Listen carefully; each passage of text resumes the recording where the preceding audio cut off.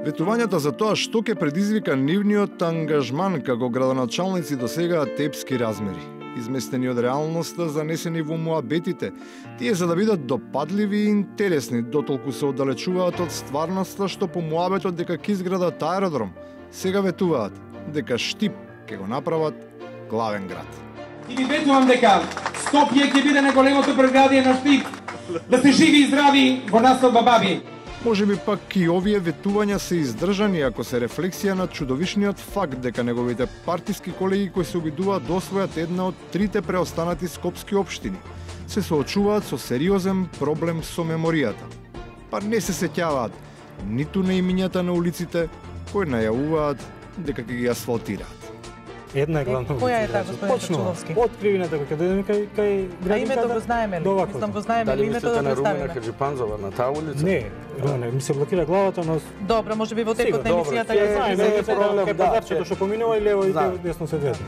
Токму затоа излегува на површина и недовербата на граѓаните дека ќе им бидат решени клучните инфраструктурни проблеми, па се приморани во таков случај, како што и самите се изјаснуваат да го сменат конвенционалниот начин на живење со техники на преживување, кои ќе им помогнат полесно да го совладаат секојдневието. Не пием вода, јарачи ја пием. А водата каква е? Не знам, мутна веројатно. За разлика од лажливата ракија, вистината е скриена во виното. Може би затоа, кога ќе се спомене тоа име, најголемиот дел од граѓаните сметат дека се работи за познатиот бренд.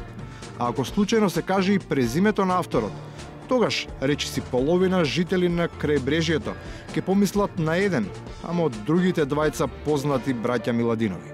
Сепак, има такви што умеат да изненадат, па не само што знаат за нив, туку и неа, и тоа наизуст.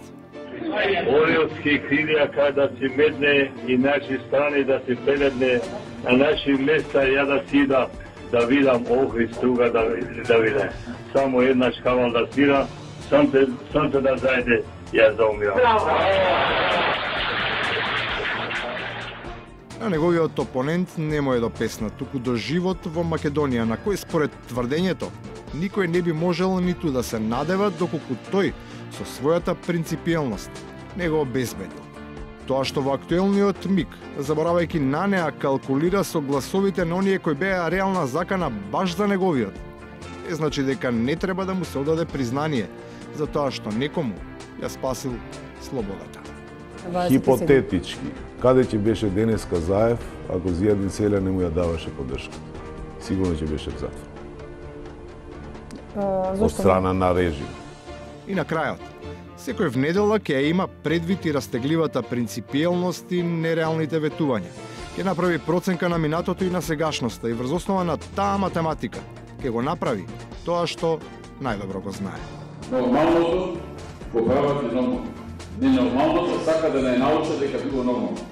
Овој народ знае и што е нормално и што е ненормално. Овој народ чезнее да свати што е нормално. Се друго, веќе му е добро познато. Ми се блокира главата, но